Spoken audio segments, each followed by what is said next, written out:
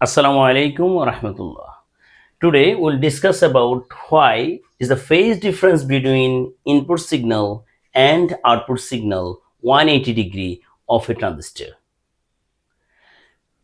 In case of খেয়াল করো তোমরা এখানে একটা ইনপুট সিগন্যাল এবং আউটপুট সিগন্যালে কেন ফেজ ডিফারেন্স 180 ডিগ্রি হবে, এটা হচ্ছে আমাদের প্রশ্ন।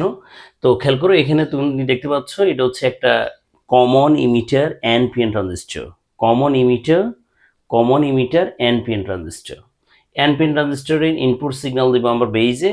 আর খেয়াল করো বেইজে ইনপুট সিগন্যাল দিতে হলে তাহলে আমি একটা বায়াসিং ভোল্টেজ করেছি, এটা হচ্ছে ভিবিবি।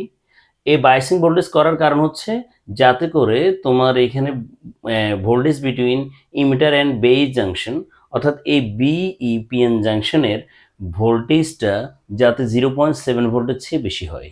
তোমরা জানো silicon made PN junction diode,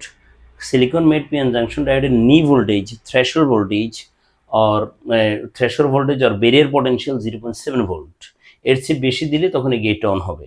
তো এই কারণে আমরা এখানে বায়াসিং করেছি। বায়াসিং করার মানে হচ্ছে আমি যাতে সবসময় এটাকে অন রাখি, কারণ তোমরা জানো রিভার্স বায়াস যদি হয় তখন এই গেটটা অফ হয়ে যাবে। এই কারণে তুমি যা জানো অল্টারনেটিং কারেন্ট দেখো এখানে একটা 2 ভোল্ট এসি দিয়েছে। সাপোজ এই 2 ভোল্ট এসি একবার পজিটিভ হবে আর একবার নেগেটিভ হবে।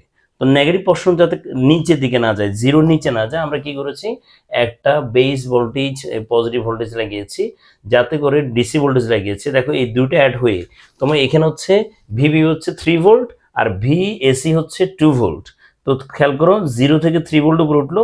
এরপরে দেখো 2 + 3 যদি উপরের দিকে ইনক্রিজ হতে থাকে 5 হবে, আর ডিক্রিজ হতে থাকলে 3 - 2, এই যে এই 2 বাদ দিলে তাহলে হবে কত, এটা যদি মাইনাসও হয় তাহলে খেয়াল করো 3 - 2 = 1 ভোল্ট হবে, কখনো 0 ভোল্টের নিচে যাবে না।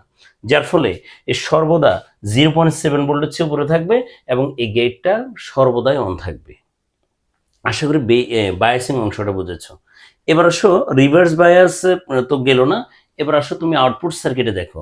আউটপুট সার্কিটে আমি দেখতে পাচ্ছি কারেন্ট এভাবে ফ্লো হয়। তাহলে অ্যাকর্ডিং টু কেভিএল কারেন্ট যে দিক থেকে যায়, দেখো লো, এটা হচ্ছে লো, এটা হচ্ছে high. Current normally low to high দিকে যায়, that is low voltage to high voltage. Water যেরকম ফ্লো হয় হাই টু লো,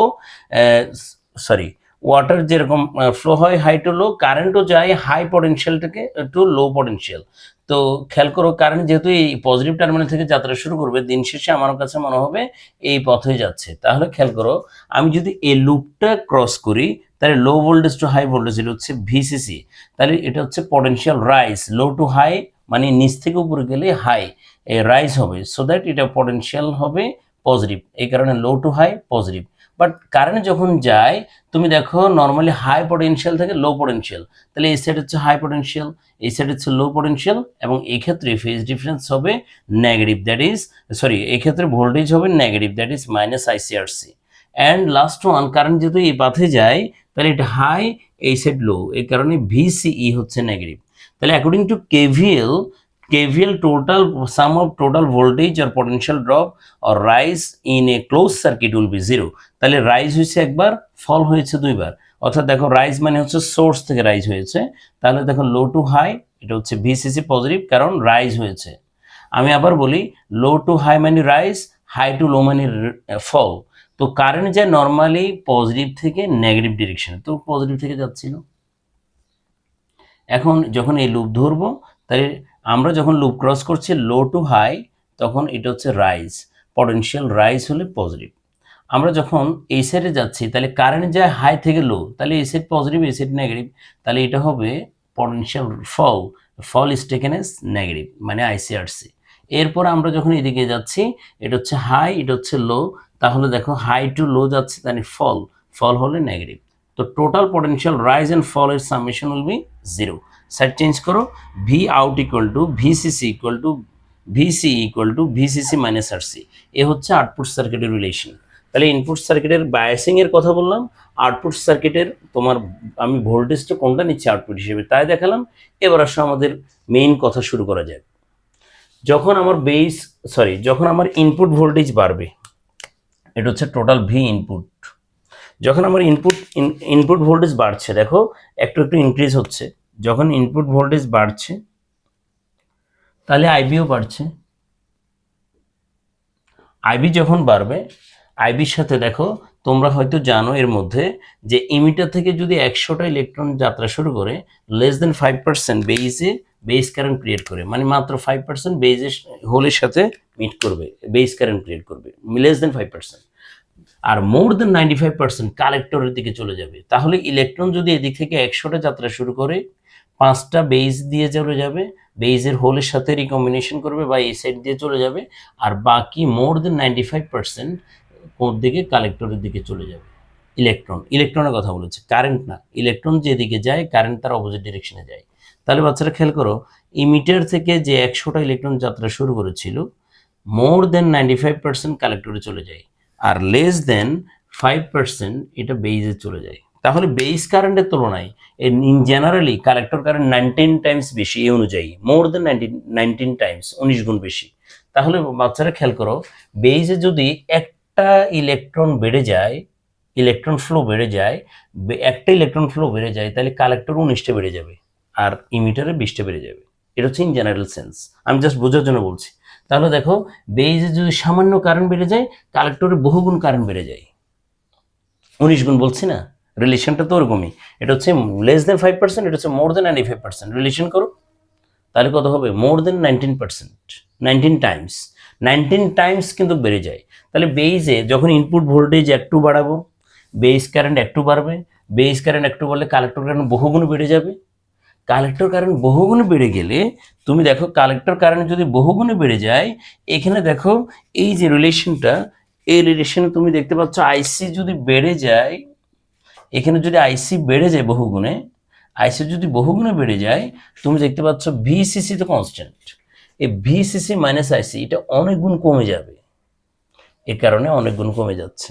অর্থাৎ খেয়াল করো, ভি আউটটা যেহেতু এটা কনস্ট্যান্ট, এই কনস্ট্যান্টের টোটাল রেজাল্টটা অনেক গুণ কমে যাবে। আমি আবার বলি, ইনপুট ভোল্টেজ সামান্য যদি ইনক্রিজ করি তাহলে বেস কারেন্ট সামান্যই বাড়ে, কিন্তু due to the transistor action IC কিন্তু অনেক গুণ বেড়ে যায়, মোর দেন 19 টাইমস বেড়ে যায়। সো দ্যাট এখানে যে আউটপুট ভোল্টেজ নিচ্ছ যেহেতু এটা বেড়ে যাচ্ছে, ভাই আউট কমে যাবে এবং এটা অনেক গুণ কমে যাচ্ছে। রেজাল্ট হচ্ছে উল্টা, মানে ইনক্রিজটা ওখানে হচ্ছে ইনক্রিজ, এইদিকে হচ্ছে ডিক্রিজ। এবার আসো, এটা যদি বুঝতে পারো, এবার ঘটনা উল্টা, যদি বেস কারেন্ট কিছুটা কমে যায়, দেখো এদিকে কমছে, তাহলে বেস ইনপুট ভোল্টেজ যদি কিছুটা কমে যায় কিন্তু নেগেটিভে যাচ্ছে না, অর্থাৎ ফরওয়ার্ড বাইস বাড়ছে, ফরওয়ার্ড বাইস কমছে, রিভার্স বাইস হচ্ছে না, তাহলে ফরওয়ার্ড বাইস যদি একটু কমে তাহলে বেস কারেন্টও একটু কমে যাবে।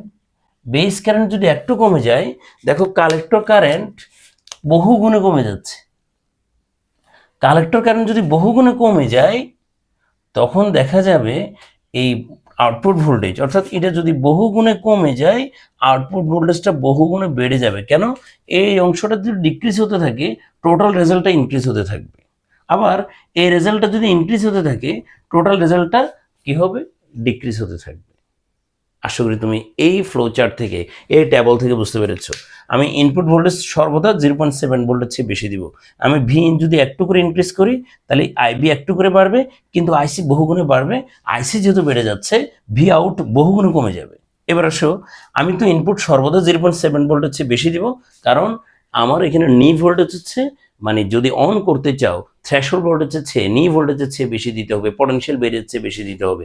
অ্যান্ড এই ক্ষেত্রে contact potential, junction potential, threshold voltage অথবা নি ভোল্টেজ যেটা বলি না কেন, অর্থাৎ এই যে জাংশনটা, এই গেটটা অন হতে হলে মিনিমাম 0.7 ভোল্ট হবে যদি এটা সিলিকনের মেড হয়, জার্মানিয়াম হলো 0.3।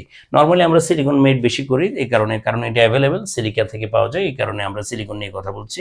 তাহলে ভি ইন 0.7 ভোল্ট হচ্ছে নর্মালি বেশি হবে। এবার যদি বেশি হওয়ার পর একটু বাড়াও আইবি একটু বাড়বে, কিন্তু আইসি অনেক গুণে বেড়ে যাবে। আইসি অনেক গুণে বেড়ে গেলে খেয়াল করো এই রেজাল্টটা বহু গুণে কমে যাবে। এবার উল্টা, যদি ভি ইন অর্থাৎ ফরওয়ার্ড বাইসে একটু কমাও, 7 ভোল্টের চেয়ে বেশি কিন্তু একটু কমাও, ওই যে এদিকে কমছে সামান্য কমাও, তাহলে আইবি সামান্য কমে যাবে। আইবি যদি সামান্য কমে যায় আইসি অনেক গুণ কমে যাবে। আইসি যদি অনেক গুণ কমে যায় এই রেজাল্টটা ভি আউট অর্থাৎ ভিসি অনেক গুণে বেড়ে যাবে। এই ফিগার থেকে আমরা বলতে পারি, তোমার যদি এক্সামও আসে তুমি শুধু ফিগার ড্র করলেই হবে, ফিগার ড্র করে টেবল দিয়ে তুমি এক্সপ্লেন করে দিতে পারবে ইজিলি। অর্থাৎ তোমাকে যদি বলা হয় why is the phase difference between input and output voltage in of A transistor 180 degree, অথবা এটাকে বলা হয় ফেজ রিভার্সাল। এই ছিল আজকের কথা। আশা করছি তোমাদের এই অংশটা ক্লিয়ার হয়েছে। আসসালামু আলাইকুম ওয়া রাহমাতুল্লাহ।